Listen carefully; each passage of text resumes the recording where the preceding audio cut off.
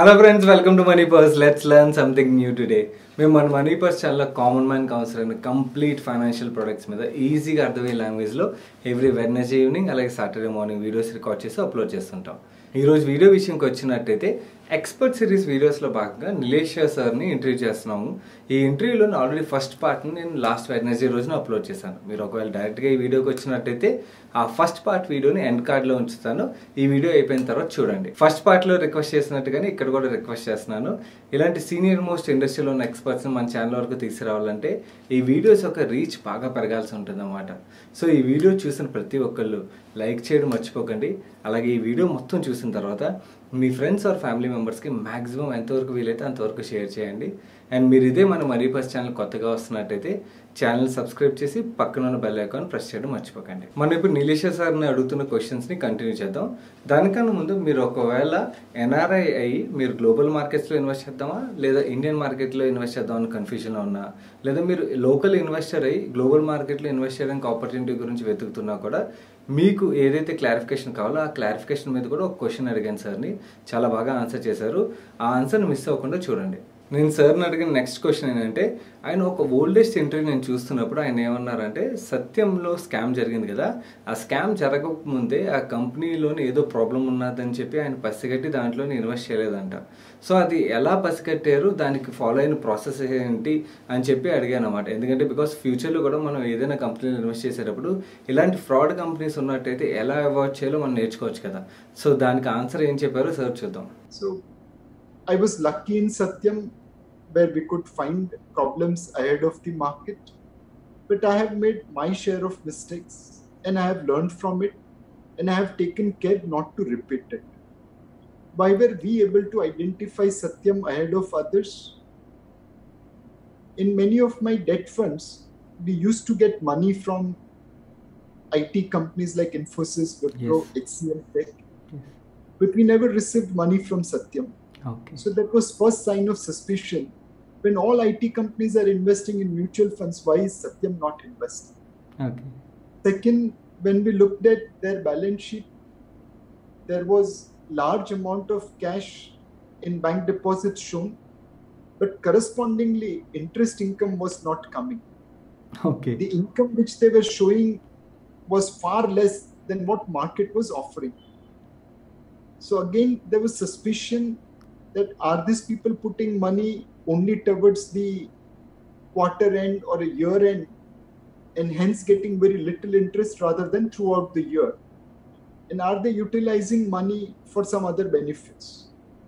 We never imagined at that point of time that these monies don't exist. Our suspicion was that the legitimate benefit which should come on this investment is not coming to Satyam. Okay. This nagging doubt pushed us to remain underinvested in Satyam for a long period of time. And there were moments where, Satyam would outperform other IT companies and we will, underperform the index, or we will underperform the peers. But we stuck to our discipline till such time we will get a comfortable answer to our query. We will not make investment decision. Okay. And finally it helped us. Yeah. So you have to analyze balance sheet. Okay. You have to dissect balance sheets to figure out whether this company is reporting right numbers or not. Obviously over the time fraudsters have become smarter. So in the initial stage I was told that if a company is not paying tax and declaring profit, then there could be suspicion. Now fraudsters pay tax, declare profit, and then try to fudge things. Then we realized that companies' balance sheet, if they put money on investment side and they don't receive any income on it, then there could be something wrong. Now fraudsters have reached a level where they'll disclose income also. Okay. So fraudsters will continue to try to defraud you, and you as an investors have to keep on evolving in your guard so that you are able to differentiate between what is good business and what is bad business. Sir ఏదైతే explanation ఇచ్చారో దాన్ని సింపుల్గా తెలుగులో explain చేయాలంటే, జనరల్గా మనం చూసినట్టయితే IT companies excess free cash ఫ్లోస్ని జనరేట్ చేస్తుంటాయి. ఏదైతే పాజిటివ్ ఫ్రీ క్యాష్ ఫ్లోని జనరేట్ చేస్తారో యాక్సెస్ అమౌంట్ని ఎక్కడో చోట డిపాజిట్ చేస్తుంటాయి. మ్యూచువల్ ఫండ్స్లో కానీ ఫిక్స్డ్ డిపాజిట్లు కానీ ఎక్కడో చోట డిపాజిట్ చేస్తూ ఉంటాయి అన్నమాట. జనరల్లీ మ్యూచువల్ ఫండ్స్లోని చాలా ఐటీ కంపెనీస్ ఇన్వెస్ట్ చేస్తుంటాయి. ఇన్ఫోసిస్ కానీ టీసీఎస్ కానీ ఈ కంపెనీస్ అని. సత్యం నుంచి వీళ్ళకి అటువంటి డిపాజిట్స్ ఎప్పుడూ రాలేదంట. సో సత్యం ఏదైతే ఎక్సెస్ ఫ్రీ క్యాష్ ఫ్లోస్ని చూపిస్తుందో ఆ డబ్బులు ఎక్కడికి వెళ్తున్నాయని బ్యాలెన్స్ షీట్లో డిక్ చేసి చూసేసరికి ఆ డబ్బులు బ్యాంక్ డిపాజిట్లోకి వెళ్తున్నాయని చెప్పి వాళ్ళు చూపించడం చూశారు. సో అది ఇంకొంచెం డిక్ చేసి చూసేసరికి ఆ డిపాజిట్ అమౌంట్ ఏదైతే ఉన్నదో దానికి ఇంట్రెస్ట్ ఇన్కమ్ ఏదైతే రావాలో అవి రెండు మ్యాచ్ అవ్వట్లేదంట. ఎందుకంటే బికాస్ మార్కెట్లో ఉన్న ఇంట్రెస్ట్ రేట్కి ఆ ఇంట్రెస్ట్ ఇన్కమ్ ఏదైతే ఆ డిపాజిట్ ద్వారా వస్తుందో అది చాలా తక్కువ వస్తుందంట. దీంతో వీళ్ళకి వచ్చిన డౌట్ ఏంటంటే సత్యం మేబీ క్వార్టర్ ఎండింగ్లో డిపాజిట్ చేసి క్వార్టర్ బిగినింగ్లో తీసేస్తున్నట్టున్నది. సో ఆ ఇన్వెస్ట్మెంట్ ఏదైతే ఉన్నదో ఆ ఇన్వెస్ట్మెంట్ మీద సత్యంకి ఏదైతే బెనిఫిట్ రావాలో డెఫినెట్గా సత్యంకి రావట్లేదు. ఈ ఇంట్రెస్ట్ ఇన్కమ్ ఎక్కడికో డైవర్ట్ అవుతుందని చెప్పి డౌట్ వచ్చిందంట. కానీ దాని తర్వాత ఎప్పుడైతే ఫ్రాడ్ బయటపడి అసలు క్యాపిటల్ లేదని అర్థమైందో దాంతో యాక్చువల్లీ షాక్ తిన్నారంట. ఎందుకంటే బికాస్ ఇది చాలా వరకు కొత్త రకం స్కామ్ ఇండియాలోనే. సో సత్యం కేసులో మేము కొంచెం లక్కీ, ఎందుకంటే బికాస్ మార్కెట్ కన్నా ముందే కనిపెట్టగలిగి సేఫ్ అవ్వగలిగామని చెప్పి అన్నారు. కాకపోతే సరే ఉన్నారంటే నేను నా లైఫ్లో చాలా మిస్టేక్స్ చేశాను, కాకపోతే ఏవైతే మిస్టేక్స్ చేశానో ఆ మిస్టేక్స్ నుంచి నేను నేర్చుకుని రిపీట్ చేయలేదు, దానివల్లే కొంచెం వరకు బెటర్ పర్ఫార్మెన్స్ డెలివర్ చేయగలిగాను అని చెప్పి అన్నారు. నేను సార్ని అడిగిన నెక్స్ట్ క్వశ్చన్ ఏంటంటే, సార్ కోటక్ మ్యూచువల్ ఫండ్లో జాయిన్ అవ్వకముందు కోటక్ మ్యూచువల్ ఫండ్లో కొన్ని ఫండ్స్ మాత్రం బాగా పర్ఫామ్ చేస్తుండేవి, బట్ కానీ సార్ జాయిన్ అయిన తర్వాత అక్రాస్ కేటగిరీస్ అన్ని ఫండ్స్ మంచి పర్ఫార్మెన్స్ని కన్సిస్టెంట్గా డెలివర్ చేస్తున్నాయి. సో నేను ఏం అడిగానంటే, మీరు జాయిన్ అయిన తర్వాత ఎటువంటి సిస్టమ్స్ని ఇంప్లిమెంట్ చేశారు, దానివల్ల ఈ కన్సిస్టెంట్ పర్ఫార్మెన్స్ అనేది వస్తుందని చెప్పి అడిగాను. దానికి సార్ ఏం చెప్పారు చూద్దాం. So one good thing was that we had fantastic quality of fund managers in debt, equity and commodity. I haven't recruited one person in investment department since I joined. Okay. There are replacements for some people who left us and we had to recruit new talent, but most of my fund managers have remained the same.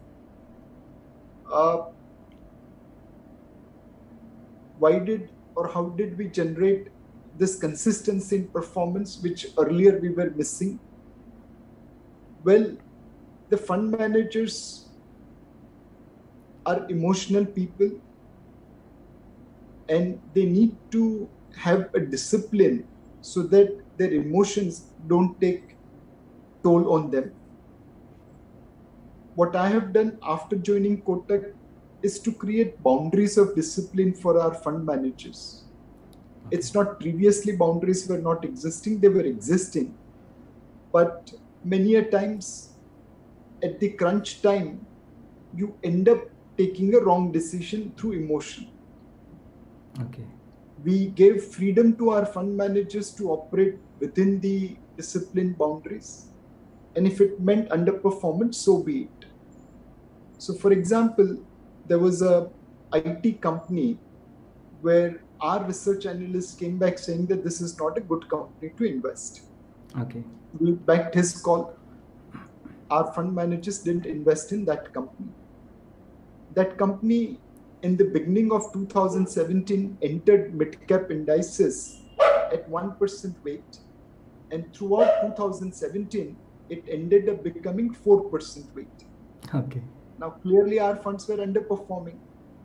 And in every meeting, we will ask our fund manager the question that why you are underperforming, and he'll say we are underweight this IT company because we believe this is not a good business to invest into. We did question our analyst that are you missing something which other market participants are seeing? And he was able to give us explanation.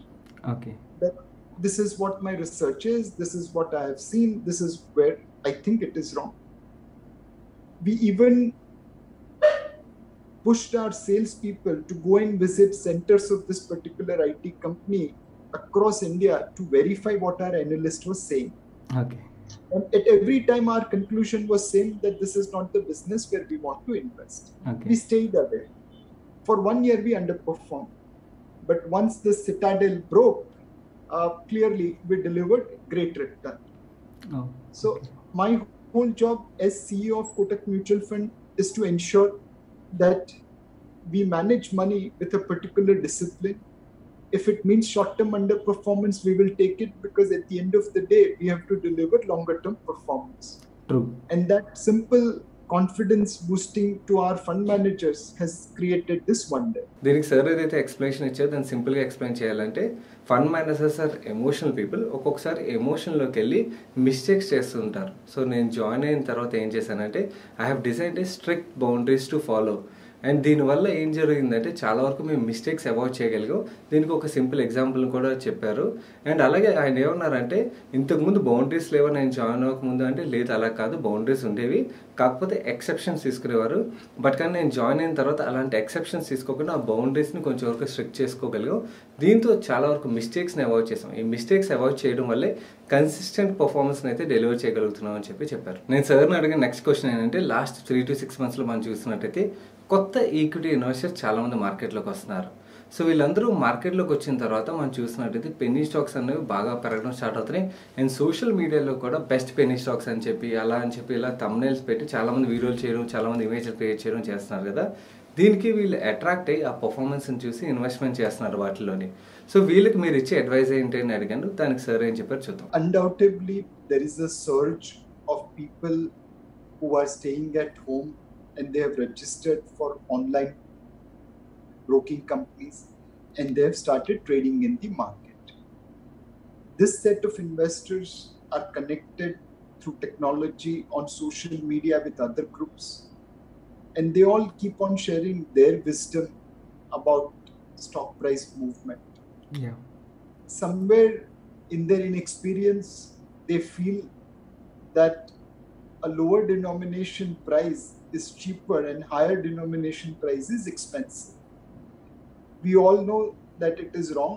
True. But at least in their mind, buying a 20 paisa share is cheap. You are unlikely to lose money. And buying a 200 rupee share price is expensive. This is like in mutual funds. Many people thought that 10 rupee NAV FPO is cheaper and a 1,000 rupee existing fund is expensive. Yeah. But that's not the reality. True. Now, this set of investors are coming together to invest, pull up the share prices, and feeling very happy that they have made quick money. Yeah. But to them, I just want to give one experience. When I was starting my career, I went to an old gentleman saying that please give me some blessing, some knowledge, so that I can become a good fund manager. And he said, Nilesh, you are a young person, you won't remember whatever I tell you, but let me give you a story. Hopefully you will remember that story. So there was one gentleman who called his broker, what is the price of X? He said 10 rupee. He said buy 100 shares. Next day he called up, what is the price of X share? He said, sir, it has become 20. He said, oh, very good, buy 1,000 shares. Third day he called up the person, what is the price? He said 50 rupees. He said buy 10,000 shares. Fourth day he called up saying, what is the price? He said, now sir, it is 100. He said, okay, great, now sell all our shares. He said, no sir, how can we sell? We are the only buyers. So you yourself are leading the prices from 10 to 50. And the price which you are going to get when you have to sell will not be what you have paid. Do remember, price is what you pay, value is what you get. I'm sure all this Z group share movement will eventually result into disaster. Please stay away from them. Making money is not that simple as buying 20 paisa share in the morning and making it 40 paisa at the end of the day by your or your equivalent group's money. It's when you sell out, you will realize what is the value in that company. True sir. Sir ఏదైతే explanation ఇచ్చారో మీకు అర్థమైంది అనుకున్నాను. Please stay away from such Penney stocks అండి. ఎవరైనా మీకు best Penney stocks అని చెప్పి సోషల్ మీడియాలో చూపిస్తున్నా, లేకపోతే వీడియోస్కి థంబ్నెయిల్స్ పెడుతున్నా కూడా అవి చూసి అట్రాక్ట్ అయ్యి మీ హార్డ్ అండ్ మనీని అక్కడ పెట్టకండి. ఎందుకంటే యూ మైట్ లూజ్ మనీ. ఎందుకంటే చాలామంది retail investors fag end of the ర్యాలీలో ఎంటర్ అవుతారు. సో దానివల్ల ఏంటంటే పడ్డం స్టార్ట్ అయితే వాటిలో మీకు లిక్విడిటీ కూడా దొరకదు సార్ చెప్పినట్టుగానే. So please stay away from such stocks. నేను నెక్స్ట్ సార్ని ఏం అడిగానంటే ఇప్పుడు మార్కెట్ పరిస్థితి ఏంటి అండ్ మార్కెట్ డైరెక్షన్ ఎలా ఉండబోతుంది అని చెప్పి అడిగాను. దానికి సార్ ఏం చెప్పారు చూద్దాం. So if we analyze the market movement, it always tries to predict future scenario. If actual scenario is worse than what is priced by the market, share prices continue to fall. If actual scenario is better than priced by the market, share prices rises. Now, when we were at 12,000 Nifty in, let's say, February and March, market was pricing it that COVID-19 will not result into lockdown. At 7,600 Nifty in March and April, we were pricing in that the lockdown will be very, very long and COVID-19 will create huge damage to Indian economy. At 10,000 Nifty, market is pricing in that we will coexist with the virus. The fiscal and monetary stimulus announced by the government will come handy to support growth. And a medical solution will emerge sooner rather than later in form of a drug or a vaccine which will cure COVID-19. Now, at 12,000 Nifty, what market price didn't materialize and share price is corrected. At 7,600 Nifty also, the worst scenario priced by the market was proven incorrect. The actual scenario was far better, so market bounced back. Now from here onwards at 10,000 Nifty, if the actual scenario over next 3-6 months turns out to be better than what is priced by the market, shares will continue to move up. Okay. On the other hand, if actual scenario is worse than what is priced by the market, then shares will continue to fall. దీనికి sir ఏమన్నారంటే currently మనం చూసినట్టయితే lockdown release చేసేయడం వల్ల market కూడా ఏంటంటే decide అయిపోయింది మనం ఈ వైరస్తో సహజీవనం చేయాలని చెప్పి. So market has priced in అని చెప్పి చెప్తున్నారు. అలాగా ఒకవేళ మార్కెట్ ఏదైతే ఎక్స్పెక్ట్ చేస్తుందో దానికన్నా పాజిటివ్ ఎకానమీ నెంబర్స్ వచ్చినట్టయితే మార్కెట్ పెరగచ్చు. బట్ కానీ మార్కెట్ ఎక్స్పెక్ట్ చేసిన దానికన్నా వర్స్ట్ నెంబర్స్ వచ్చినట్టయితే మార్కెట్లో మనం కరెక్షన్ చూడొచ్చు అని చెప్పి చెప్తున్నారు. నేను సార్ నెక్స్ట్ క్వశ్చన్ ఏం అడిగానంటే ఫైనాన్షియల్ సెక్టర్ బాగా కరెక్ట్ అవ్వడం మనం చూసాం కదా. సో ఈ సెక్టర్లో ఇన్వెస్ట్ చేయాలంటే బెస్ట్ టైం ఎప్పుడు అని చెప్పి అడిగాను. అలాగే ఈ సెక్టర్ మీద మీ వ్యూ ఏంటి అని అడిగాను. దీనికి సార్ ఏమి ఎక్స్ప్లెనేషన్ ఇచ్చారు మరి ఇప్పుడు చూద్దాం. So the best time to invest in market is when you have money. Without money, you can never make investment. Second thing is that you have to be a disciplined investor. You need to create a margin of safety for yourself whenever you buy. Margin of safety can come in growth side. If you believe the price which you are paying for a company will result into better growth than what is priced by the market, that's margin of safety. Other thing could be margin of safety on value. You are buying 100 rupee item at 50 rupees, 60 rupees, 70 rupees. That is your margin of safety. Now in financial services space, if you see, there is asset side and there is liability side. If you are exposed to commercial vehicle financing, unsecured personal loans, microfinancing, chances are that you will have higher NPAs. Okay. If you are exposed to gold financing, housing loan financing, auto financing, chances are that your NPAs will be manageable. Okay. Similarly, if you are exposed to large companies belonging to reputed groups, NPAs will be lower. If you have lent money to government companies, your NPAs will be lower. If you are lending money to, bad promoters and small and medium enterprises, chances are that your NPAs could be higher. So what is the credit culture of the organization determines what will be their asset side quality. And if you believe the asset side quality is likely to be better than what is priced by the market, that company is a buy. If you believe asset quality is going to actually shock the market and it's going to be worse than what is priced by the market, it's actually a sell.